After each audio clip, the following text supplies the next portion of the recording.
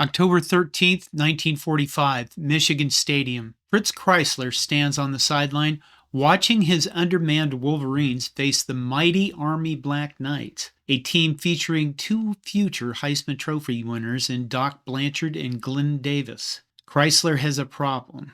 Most of his best players are still serving in World War II. His roster is filled with freshmen and 4F players, men deemed unfit for military service. He asks himself a question that will change football forever. How are our poor, spindly-legged freshmen going to stand up against these West Pointers all afternoon? His answer? Don't make them. That day, Crisler deployed something radical. Separate offensive and defensive units.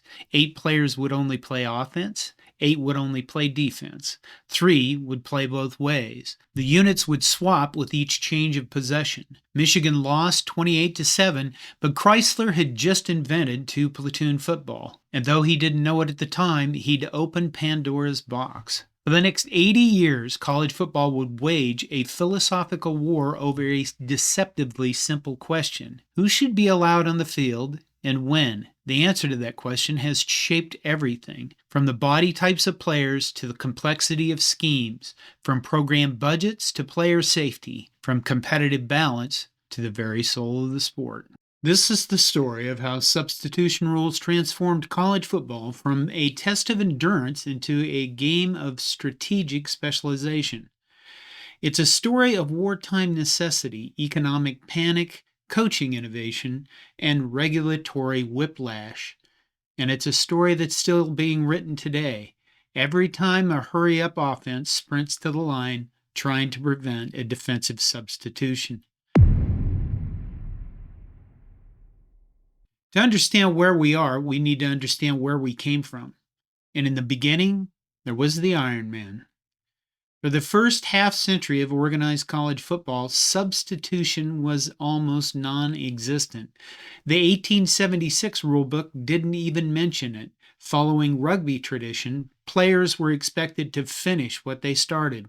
The first formal rules in the 1880s were brutally restrictive. Once you left the game, you were done. After a series of on-field deaths in 1909, the rules were slightly relaxed to allow a player to return at the start of a new quarter, a change born from safety concerns, not strategy. For decades, that was it. The core philosophy was unchanged. The 1899 Sewanee Tigers epitomized this brutal era. With just 21 players on their roster, they went 12-0, outscoring opponents 322-10. But the real story is their legendary road trip. 5 games in 6 days, traveling 2,500 miles by train and winning all 5 of their games by shutout. They played with non-existent protective equipment, no forward pass, and 0 substitutions. Players played every down. The cumulative toll was devastating. Several players suffered lifelong effects from injuries, including Ormond Simpkins, who eventually required amputation of both of his legs. In 1933,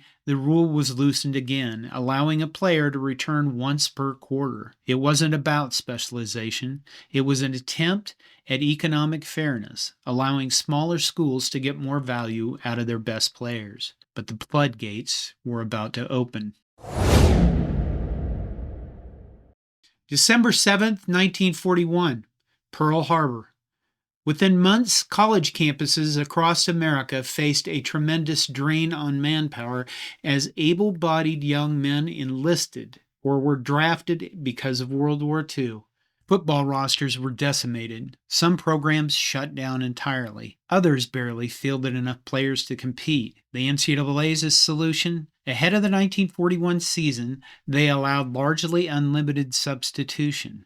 It was explicitly framed as a temporary wartime measure, a practical necessity to address roster shortages, nothing more. Fritz Crisler, who chaired the 1941 rules meeting, later admitted, "I don't think anybody at that meeting visualized platooning as it was later developed. The change was intended to help teams cope with limited personnel, not create specialized platoons.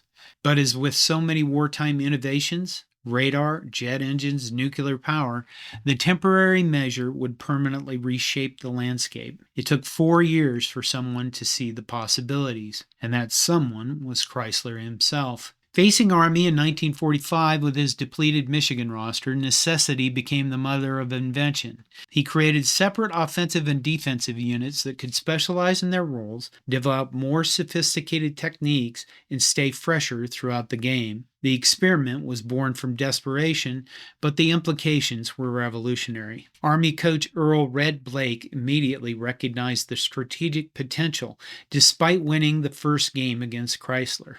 He adopted the system for the 1946 season, even coining the term platoon, borrowing from military unit structure. The results were immediate and undeniable. Army won 3 consecutive national championships from 1944 to 1946 and maintained a 32-game unbeaten streak through 1947. By 1949, the Army two-platoon system had gained wide use among those college teams with ample manpower resources. The strategic advantages were overwhelming. Players could focus on mastering either offense or defense, or both. Teams could use players whose skills suited only one side of the ball.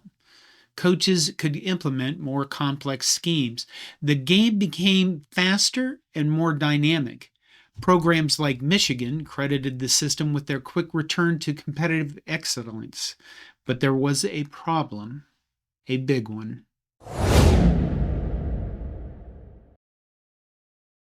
Specialization required larger rosters.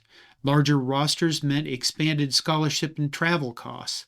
By the early 1950s, the financial pressure was crushing. Over 50 colleges eliminated their football programs entirely, unable to afford the new reality of two-platoon football.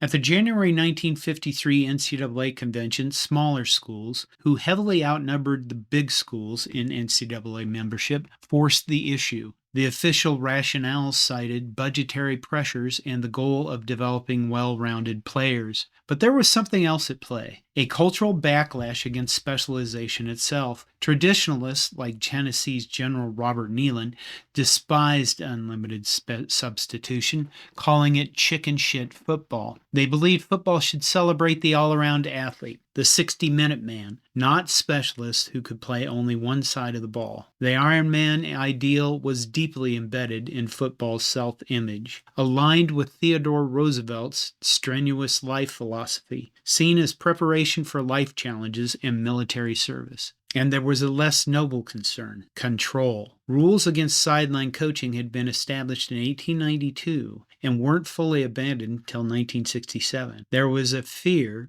that unlimited substitution would give coaches more control, that substitutes would become messenger boys, carrying in plays, reducing player autonomy and in-game decision-making. So the NCAA brought back restricted substitution for the 1953 season. The new rules were a little bit crazy. A player removed during the first or third quarter could not return until the subsequent quarter.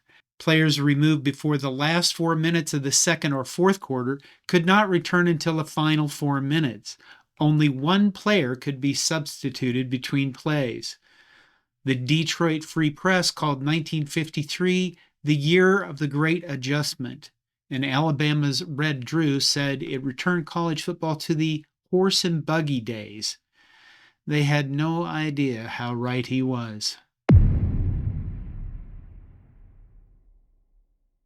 The era produced legendary two-way players like Notre Dame's Paul Hornung and Ohio State's Hopalong Cassidy, but the physical toll was immense. The restrictions had costs. Fatigue became a major determinant of game outcomes, directly impacting execution.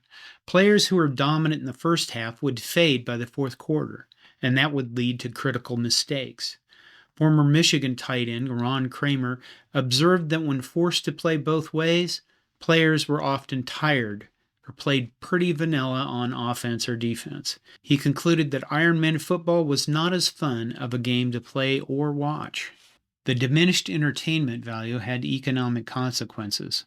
Fans complained. Ticket sales suffered. The game was slower, more conservative, less exciting than the wide-open two-platoon era. But here's where it gets interesting. Restrictive rules designed to enforce simplicity and austerity actually inspired extraordinary coaching innovation. Enter Paul Dietzel at LSU. Dietzel looked at the 1953 restriction not as a limitation, but as a puzzle. While the rules restricted player re-entry, they didn't restrict unit substitution. So beginning in 1958, Dietzel created his famous three-platoon system. The white team, his best two-way players, and the gold team, offensive specialists, and the Chinese bandits, an undersized, ferocious defensive unit. The genius was in the timing. Dietzel would substitute entire 11-man units, capitalizing on quarter breaks and the one-time re-entry rule. He could send the defensive bandits in for a punishing, ferocious sequence, knowing that a fresh unit could legally replace them at the next quarter change. Dietzel's coaching genius helped LSU to have fresh, specialized players despite the restrictive rules. The result, a 15-game winning streak in the 1958 National Championship. Dietzel proved that restrictions designed to enforce versatility could be overcome by sophisticated personnel management. The 1953 rule change hadn't solved the economic inequality problem. It had just made the exploitation more complex, once again favoring programs with deep benches and clever coaches. The rules were so complicated that practically every coach in college football inadvertently broke them at some time during the season. Harvard potentially lost the Ivy championship due to illegal substitutions. The Harvard Crimson called the 1963 rule nearly insolvable intricacies. More fundamentally, the strategic superiority of specialization was undeniable. The NFL had adopted unlimited substitution in 1950 and never looked back. College football was falling behind in innovation, complexity, and spectator appeal. Coaches were nearly unanimous in demanding a return to two-platoon football. In January 1964, the NCAA finally relented. The new regulation permitted largely unrestricted substitution whenever the clock was stopped. It allowed two substitutions on any down, even when the clock was running.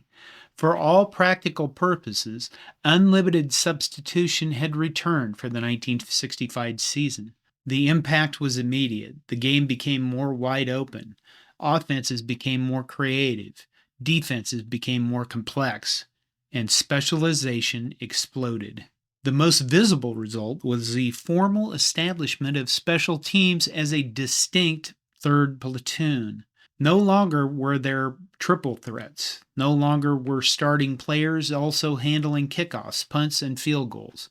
Now teams could dedicate specialists, pure kickers, punters, returners, and coverage players who never saw the field on offense or defense. Defensive innovation accelerated. The nickel defense, deploying 5 defensive backs instead of the traditional 4, emerged as a counter to pass-heavy spread offenses. While first used by the Philadelphia Eagles in 1960, it flourished in college football only after 1964. Today, the nickel defense is often utilized on the majority of downs and frequently functions as the primary base defense. Position specialization deepened. Offensive linemen grew to 300-plus pounds, optimized for power. Defensive backs shrank to 180 to 200 pounds, optimized for speed and coverage. The divergence made two-way play physically impossible. Players built for specialized roles developed skills impossible to master while playing both ways. The game Fritz Crisler had accidentally invented in 1945 was now fully realized. There was no going back. The story doesn't end there. In the 21st century, the battle over substitutions shifted from who could be on the field to when. The explosion of fast-paced, no-huddle offenses weaponized tempo, allowing teams to sprint to the line and snap the ball before a defense could bring in specialized personnel or rest exhausted players. This brought the issue of player safety back to the forefront. Prominent coaches like Nick Saban argued that denying substitutions placed defenders at a higher risk of injury from exhaustion. It was the original Iron Man problem, completely inverted Now defenses were being forced to leave tired players on the field against their will. In 2014, the NCAA Rules Committee proposed a solution: a mandatory 10-second window for defensive substitutions. The backlash from the hurry up coaches was immediate and fierce, arguing that the rule would legislate away their entire offensive philosophy. Lacking hard medical data to support the safety claims, the controversial proposal was quickly tabled and never enacted. The current rules still reflect this tension, creating a new regulatory arms race. Defenses discovered they could intentionally commit a substitution foul, putting 12 men on the field to trade a minor 5-yard penalty for precious seconds off the clock late in a game. In response, the NCAA introduced a rule in 2024 allowing the offense to have the game clock reset, neutralizing the loophole. It's a constant game of regulatory whack-a-mole. Every new strategy is met with a new rule, and the strategic chess match continues. So here we are, 80 years after Fritz Crisler's desperate experiment. The long journey from 60-minute Ironmen to specialists of today reveals a fundamental truth about football. Every single attempt to restrict specialization has failed. It failed because specialization produces a superior product, and because once you've seen what's possible, you can't unsee it. General Neyland may have despised it, but two-platoon football wasn't a cheap trick. It was evolution, and evolution doesn't reverse. So the next time you watch a game, look closer at the substitutions. That constant chess match between an offense's tempo and a defense's personnel isn't just strategy. It's the echo of a 150-year-old argument over the very soul of the sport. This story is one of the countless invisible changes that define modern football, and it raises a final question. Do you think the game has become too specialized, or is this just its natural evolution? Let me know your take in the comments. And if you love these deep dives into football's hidden history, be sure to subscribe and hit the bell so you won't miss what's coming next. If you enjoyed this video, be sure to watch our series on the foundation of American football. Go to our website and click on the timeline feature and select How Football Began. You'll learn how American football evolved from its earliest deadly form to the more modern form we love today.